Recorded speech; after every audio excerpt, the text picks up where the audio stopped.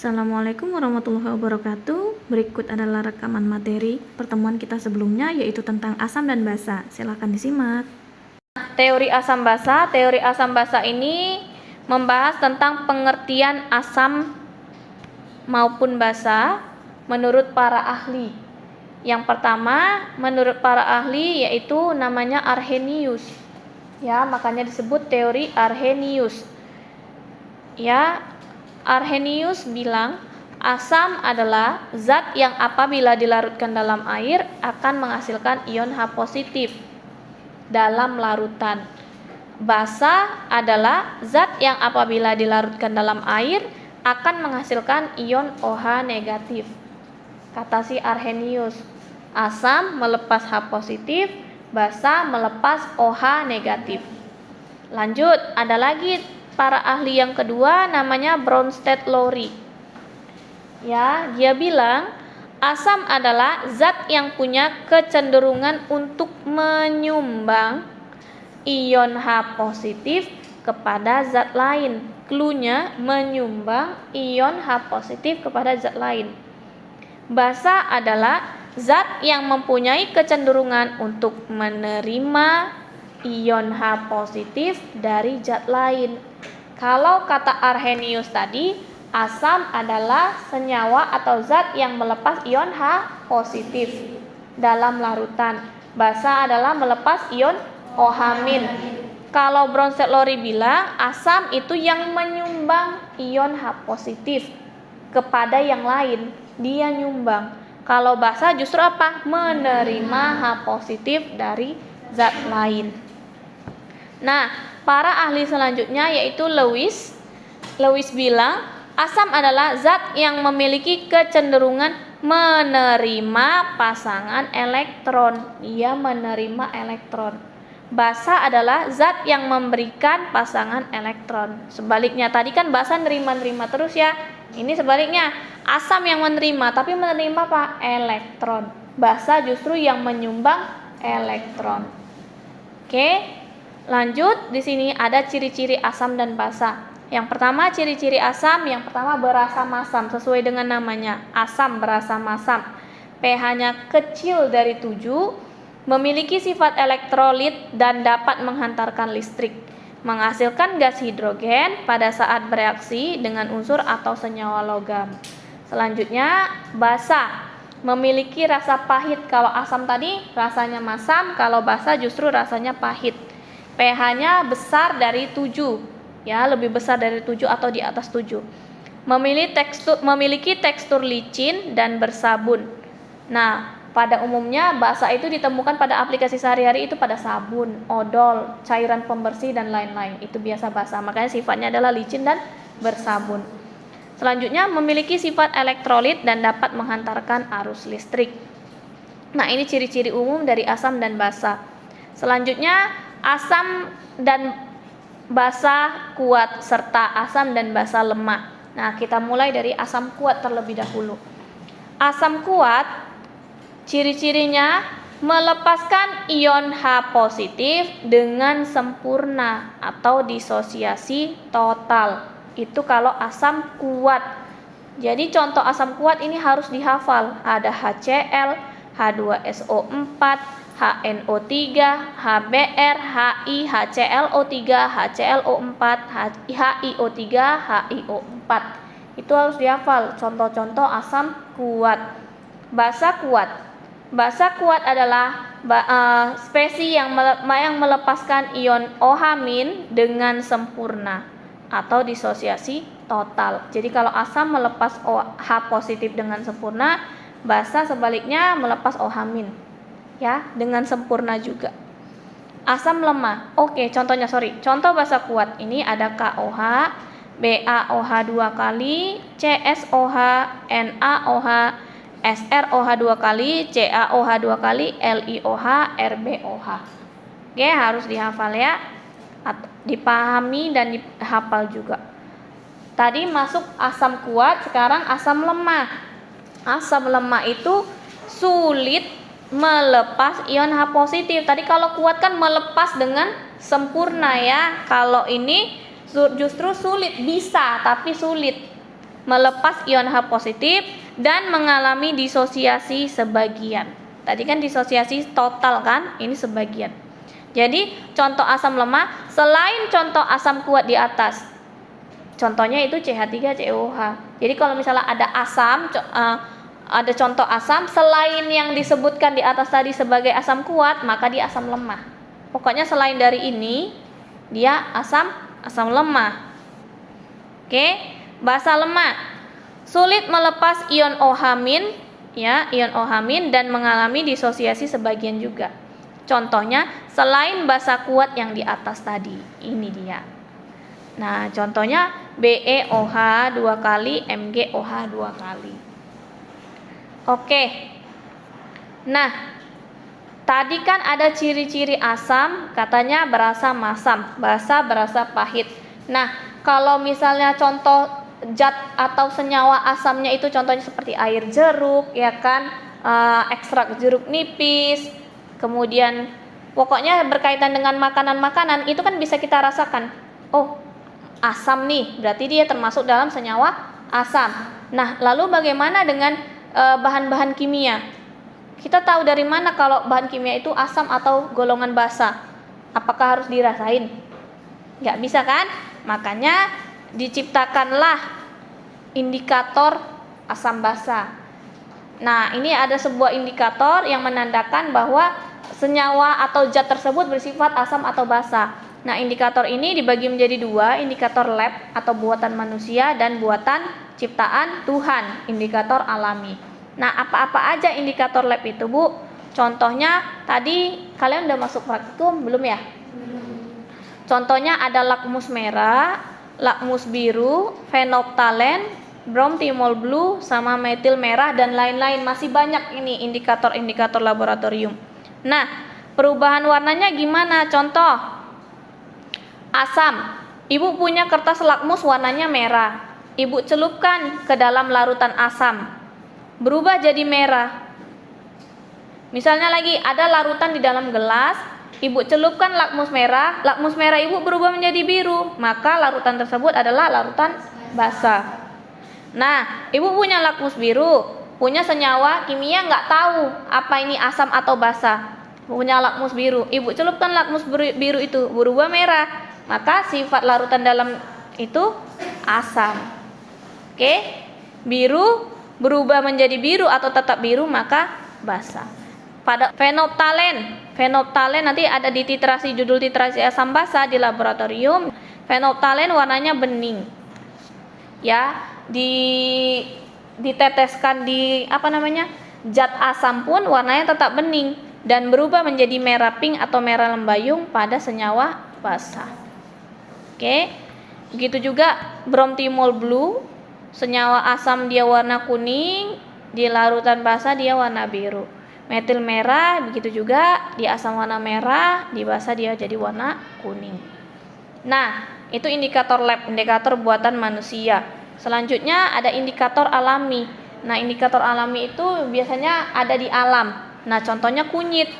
Nah, ibu punya ekstrak kunyit. Oke, ibu masukkan ke dalam senyawa asam, maka dia tetap berubah warna kuning. Tetap tidak berubah, tetap kuning. Nah, apabila ekstrak kunyit ibu masukkan ke dalam larutan basa, dia berubah menjadi krem atau merah. Begitu juga dengan kol ungu. Kol ungu itu indikator alami. Di dalam asam dia berubah menjadi merah muda, di dalam basa dia menjadi biru atau hijau. Kembang sepatu begitu juga, di asam dia jadi warna merah, di basa dia menjadi warna kuning. Oke, itu indikator alami. Masih banyak lagi ya. Bayam merah juga termasuk indikator alami. Mawar, bunga mawar itu termasuk indikator alami. Bunga kertas juga indikator alami, masih banyak. Ini contoh-contoh sebagian dari indikator alami. Oke, lanjut. Ada namanya indikator universal. Nah, ini juga sintesis ya, di lab, buatan lab. Indikator universal. Nah, indikator universal ini biasanya SMA ada, kalau misalnya ada labnya pernah pakai ya. Bentuknya seperti ini ya, dia timbal balik ya. Ini misalnya pH 0 sampai 7, di sebaliknya pH 7 sampai 14. Jadi ini timbal balik ini. Makanya di foto seperti ini biar kelihatan depan sama belakangnya. Nah, seperti ini ya. Jadi cara kerjanya bagaimana, Bu? Nah, di dalam ini kan ada kertas nih. Kertas ini banyak isinya kertasnya. Berapa lembar ini? Ada banyak. Kalau diangkat kertasnya jadi seperti ini, panjang ini. Nah, ini kertasnya. Ini satu kertas. Nah, apabila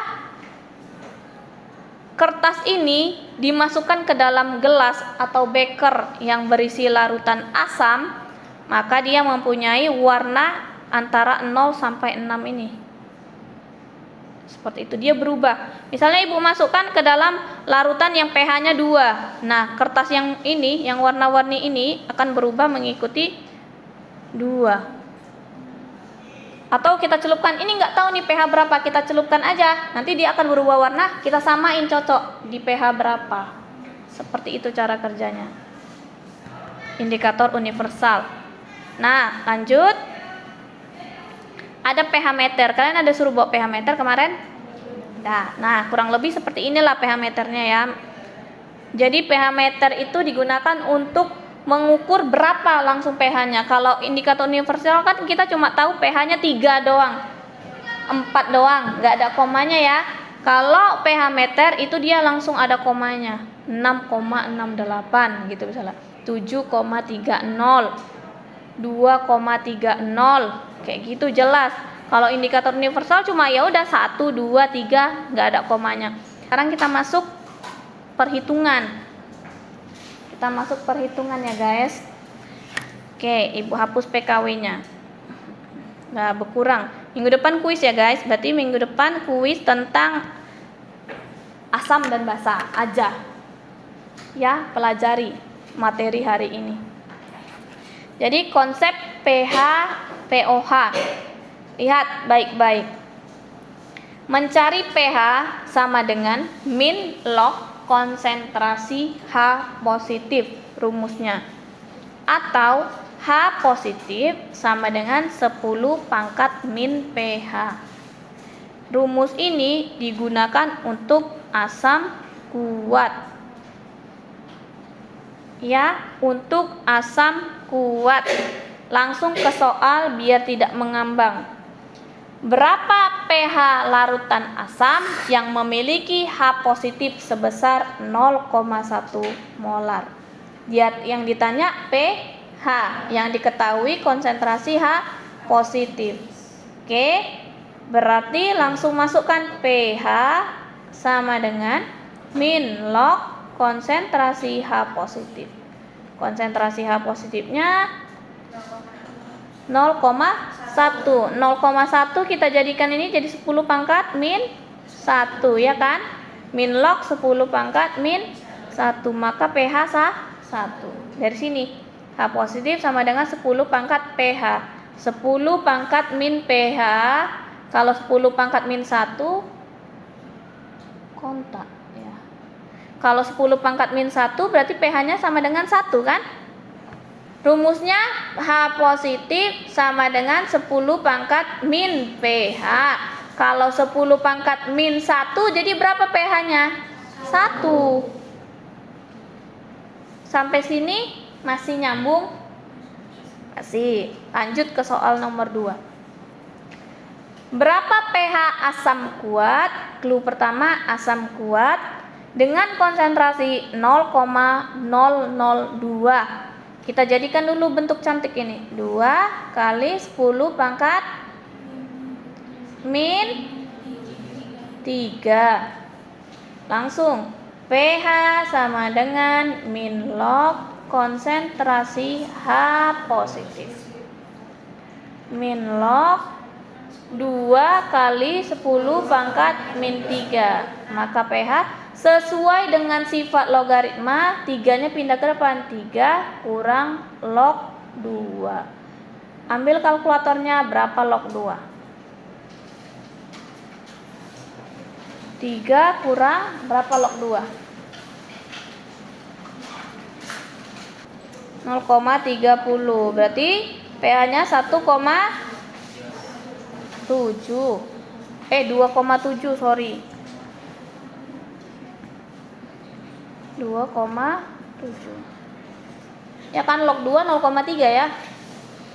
Lanjut. Lanjut, ada rumus lagi. H positif sama dengan akar Ka atau konsentrasi H positif sama dengan alfa kali M. Kapan dipakai Ka, Bu? Kapan dipakai alfa?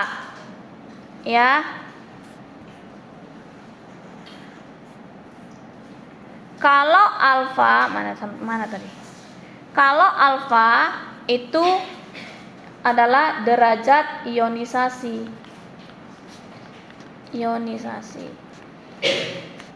Lihat soal langsung kita kerjakan. Larutan cuka CH3COOH memiliki konsentrasi 0,5 molar. Clue pertama, konsentrasinya 0,5 molar. Dengan Ka 1,8 kali 10 pangkat min 5, berapa pH? Ingat guys, kalau soal tersebut nggak ada nilai Ka atau Kb, berarti dia asam atau basa kuat. Kalau ada nilai Ka-nya, itu udah jelas dia lemah, ya, asam lemah. Kalau ada alfanya juga asam atau basa lemah. Oke, udah ada clue-nya, konsentrasi 0,5, kemudian Ka-nya 1,8. Langsung kita kerjakan pakai rumus yang ini ya. Yang ditanya apa? pH. Konsentrasi H positif sama dengan akar Ka kali M. Akar Ka-nya berapa? 1,8 kali 10 pangkat min 5 kali 10 pangkat kali 5 kali 10 pangkat min 1.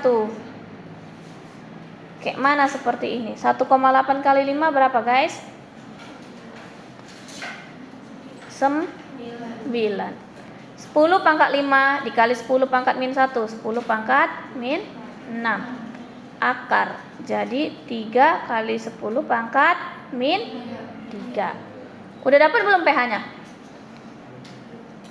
Udah dapat belum pH-nya? Belum. Pakailah rumus pH. pH sama dengan min log konsentrasi H positif. H positifnya berapa? 3 kali 10 pangkat min 3. Maka 3 kurang log 3, 0,47. 3 kurang 0,47, 2,53. Oke, berarti pH-nya 2,53. Lanjut. Kalau tadi asam kuat udah ada, asam lemah udah ada, ya. Asam kuat itu langsung aja min log konsentrasi H positif. Kalau asam lemah, mencari konsentrasi H positifnya dengan pakai Ka atau alfa. Sekarang masuk ke basa kuat. Nah, basa kuat, ya, kalau basa dia nggak langsung mencari pH, tapi pakai pOH. Jadi yang membedakan antara asam atau basa, kalau asam langsung pH, kalau basa pOH terlebih dahulu. pOH sama dengan min log konsentrasi OH negatif, ya. Kemudian diproses mencari pH-nya. pH ditambah pOH sama dengan 14. Berarti rumus pH-nya berapa? pH sama dengan 14 dikurang pOH. Jadi cari pOH-nya dulu baru bisa dapat pH. Kalau pada senyawa basa. Langsung kerjakan soal. Suatu senyawa NaOH memiliki konsentrasi 2 kali 10 pangkat min 5. Tentukan pH dari basa tersebut. Langsung dikasih tahu sama dia konsentrasi OH-nya 2 kali 10 pangkat min 5. Maka cari dulu pOH-nya, nggak bisa langsung pH. pOH sama dengan min log konsentrasi OH negatif. Konsentrasi OH negatifnya 2 kali 10 pangkat min 5. Maka pOH-nya berapa? 5 dikurang log 2. Berapa log 2 tadi? 0,3. Maka 4,7. Udah dapat pH-nya?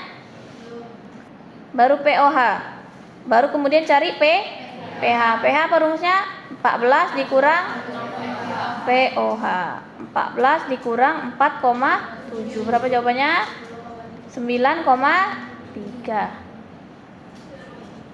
Oke, pas ya. NaOH itu kan basah. Basah pH-nya di atas 7. 9,3 kan di atas 7. Oke, kalau 4,7 tadi masih pOH. Oke. Lanjut. Rumus terakhir ini untuk asam lemah. Basa lemah.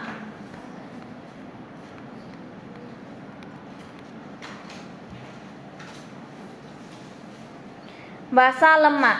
Konsentrasi OH- sama dengan Kb kali M. Kalau Ka dia menandakan asam.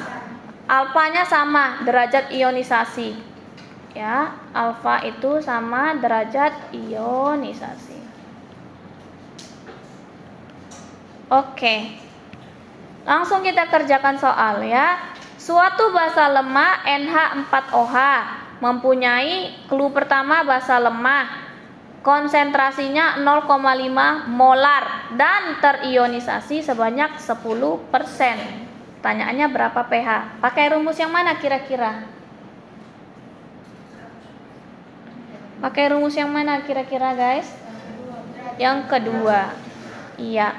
Konsentrasi OH- sama dengan apa? Alfa kali M. Alfanya berapa? 10%. Kita ubah 10% itu 0,1 kali berapa konsentrasinya? 0,5. Berapa 0,1 kali 0,5? 0,0. Bentuk cantiknya 5 kali -2. Udah dapat pH-nya? Belum. Kemudian abis itu cari apa? pOH sama dengan min log konsentrasi OH-. OH-nya berapa?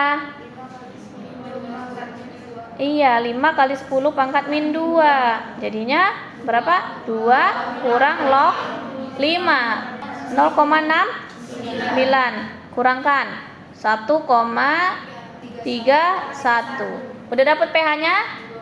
Belum. pH sama dengan berapa? 14 kurang pOH. 14 kurang 1,31 berapa, guys? 12,69. Semoga bermanfaat. Jangan lupa like dan subscribe. Thank you.